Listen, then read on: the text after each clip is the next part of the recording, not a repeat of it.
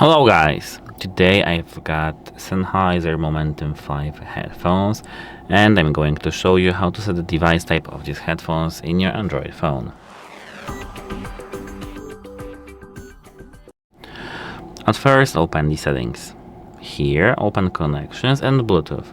On other devices instead of connections you'll go to connected devices or just straight to Bluetooth. Here tap this gear icon near your headphones and tap audio device type. If you don't have it set to headphones by default, of course select headphones. Use volume monitor to protect your hearing while using headphones, and remember that setting the device type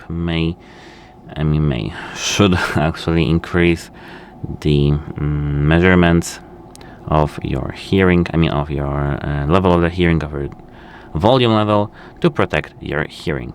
That's it. Goodbye.